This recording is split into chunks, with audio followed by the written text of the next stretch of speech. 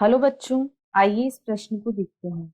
वह विधि जिसमें सहायक जनन प्रौद्योगिकी के अंतर्गत एक स्पर्म को सीधे ओवम में इंजेक्ट करते हैं कहलाती है। विकल्प ए GIFT, विकल्प बी ZIFT, विकल्प सी ICSI या विकल्प डी ET। इस प्रश्न की जो मुख्य अवधारणा वह है ICSI। यहाँ हम देखेंगे कि ICSI यह क्या तकनीक है और किस प्रकार इसे सहायक जनन प्रौद्योगिकी के अंतर्गत काम में लिया जाता है। ICSI का पूरा नाम है अंतःकोशिकीय शुक्राणु निक्षेपण।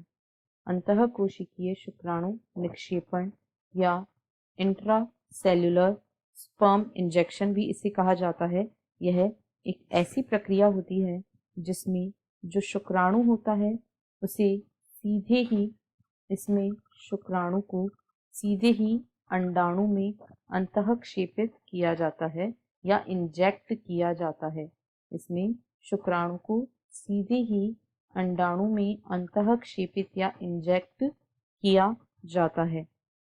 इस प्रकार इस तकनीक को ICSI या इंट्रासेल्युलर स्पर्म इंजेक्शन कहा जाता है। इसके अलावा यदि हम दी गई अन्य तकनीकों को देखें तो GIFT, इसका पूरा नाम होता है गैमीट इंट्राफैलोपियन ट्रांसफर। इसमें यह एक ऐसी तकनीक होती है गैमीट इंट्राफैलोपियन ट्रांसफर तकनीक कहा जाता है और इसमें जिन स्त्रियों में अंडाणु उत्पन्न नहीं हो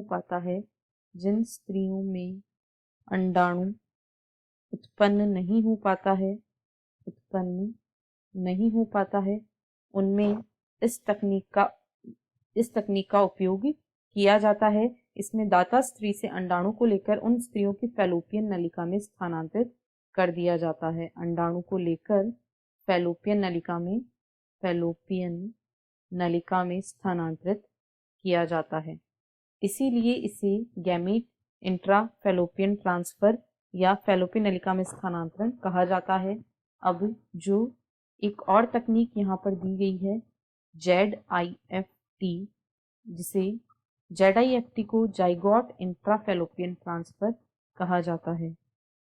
यहाँ पर इसे युग्मनज अंतराफैलोपियन स्थानांतरण तकनीक के नाम से जाना जाता है और यह एक विशेष तकनीक होती है जिसे सहायक जनन प्रौद्योगिकी के अंतर्गत काम में लिया जाता है।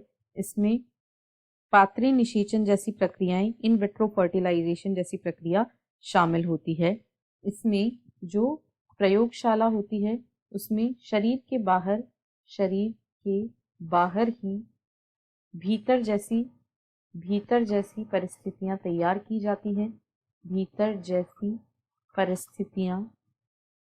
की जाती हैं।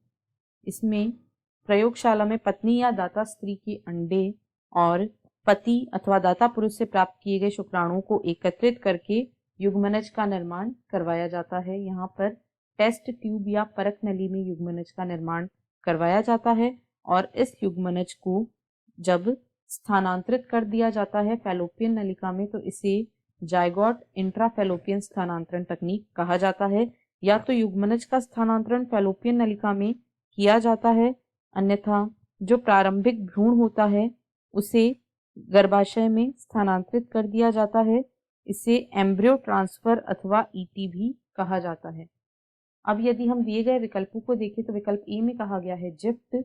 यह ऐसी तकनीक नहीं है जिसमें स्पर्म को ओवम में इंजेक्ट करते हैं। अभी हमने देखा जिफ्ट में भी ऐसा नहीं किया जाता है, अतः यह भी गलत है। ICSI, इसमें सीधा स्पर्म को अंडाणु में इंजेक्ट करते हैं, अतः यह सही है।